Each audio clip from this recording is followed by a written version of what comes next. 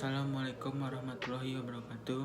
Perkenalkan, nama saya Dharma Pangestu dari Prodi Perpustakaan dan Ilmu Informasi Fakultas Bahasa dan Seni Universitas Negeri Padang.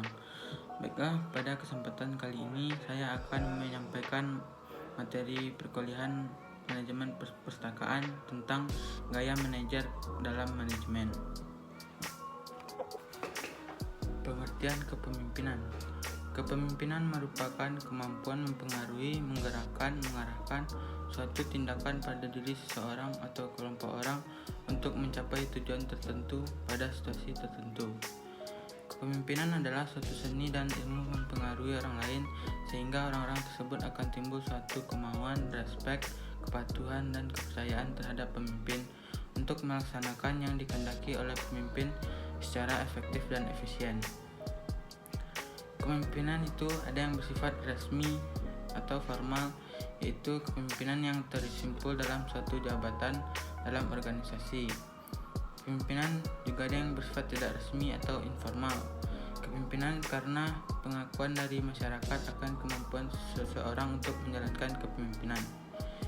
Kepemimpinan ini adalah merupakan inti dari manajemen, yang berarti bahwa manajemen akan tercapai tujuannya jika ada pemimpin dan kepemimpinan.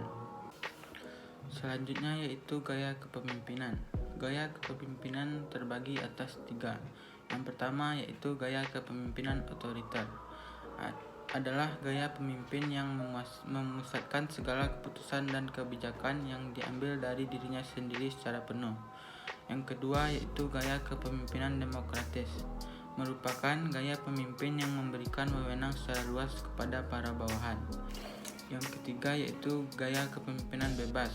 Pemimpin jenis ini hanya terlibat dalam kuantitas yang kecil, di mana para bawahannya yang secara aktif menentukan tujuan dan penyelesaian masalah yang dihadapi. Tetapi bisa juga gaya atau tipe kepemimpinan tersebut digunakan secara situasional untuk menghadapi dan mencapai suatu tujuan pada jangka waktu tertentu. Cara seorang memimpin. Yang pertama yaitu memberikan pengarahan. Pengarahan dilakukan dengan cara memberikan informasi yang diperlukan, terutama yang berhubungan dengan masalah yang dihadapi bawahan atau karyawan. Yang kedua yaitu pemberian perintah. Pemberian perintah yang harus dilakukan oleh bawahan dengan cara tertulis ataupun lisan. Atasan harus dapat memutuskan dan menyelesaikan kapan memberikan perintah secara formal atau tertulis maupun lisan, dan kapan atasan harus memberikan perintah yang harus dilakukan seluruh bawahan ataupun hanya bagian tertentu saja. Yang selanjutnya yaitu satu keputusan adalah suatu pilihan di antara dua atau lebih alternatif. Dengan demikian, pengambilan keputusan adalah proses pengidentifikasian dan pemilihan alternatif-alternatif yang diperlukan dalam menangani suatu situasi tertentu. Berikutnya yaitu model pembuatan keputusan. Yang pertama, mengidentifikasi situasi internal dan eksternal, dan selanjutnya perlu mengambil keputusan. Yang ketiga, apakah masalah tersebut masalah rutin. Yang keempat, pemecahan masalah melalui keputusan baru. Yang kelima, mengikuti keputusan yang sudah diprogram. Yang keenam, yaitu monitoring hasil. Selanjutnya itu penggerakan. Mengusahakan agar orang atau bawahan bersedia bekerja dengan antusias. Kegiatan yang perlu dilakukan oleh para pimpinan atau manajer yaitu: 1. Usahakanlah adanya partisipasi semua pihak yang dipengaruhi oleh keputusan atau tindakan. 2. Pimpinlah dan rangsanglah pihak lain agar mereka bekerja sebaik mungkin. 3. Motivasilah anggota-anggota. 4. Lakukan komunikasi secara efektif. 5. Kembangkanlah mereka untuk mengembangkan potensi yang ada secara maksimal. 6. Berilah penghargaan dan bayarlah melalui usaha-usaha kerja mereka. 7. Penuhilah kebutuhan para pekerja melalui usaha-usaha kerja mereka. 8. Revisilah usaha-usaha penggerakan sehubungan dengan hasil-hasil pengawasan. Hal yang menunjang bawahan untuk bekerja lebih giat. Pertama yaitu komunikasi.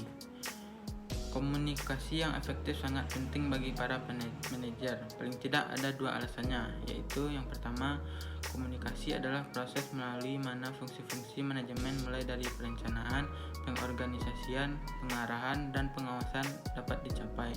Kedua, komunikasi adalah kegiatan di mana para manajer mencurahkan sebagian besar proporsi waktu mereka.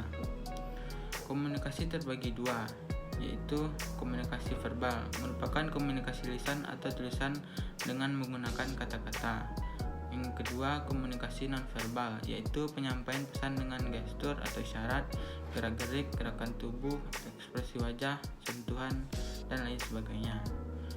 Selanjutnya yaitu motivasi, adalah keseluruhan proses pemberian motif bekerja kepada para bawahan sedemikian rupa sehingga mereka mau bekerja dengan ikhlas demi tercapainya tujuan organisasi dengan efisien dan ekonomis. Konsep motivasi, senang dengan pekerjaan, lalu enjoy dan berusaha maksimal untuk mencapai tujuan yang efisien. Jenis motivasi yang pertama yaitu positif, seperti penambahan tingkat kepuasan, contohnya promosi, bonus, insentif, dan kondisi kerja yang nyaman. Yang kedua itu negatif, seperti menakuti melakukan secara terpaksa, contohnya penurunan pangkat atau gaji atau dipecat. Demikianlah penjelasan dari saya tentang materi gaya manajer dalam manajemen, dan semoga bermanfaat untuk kita semua. Assalamualaikum warahmatullahi wabarakatuh.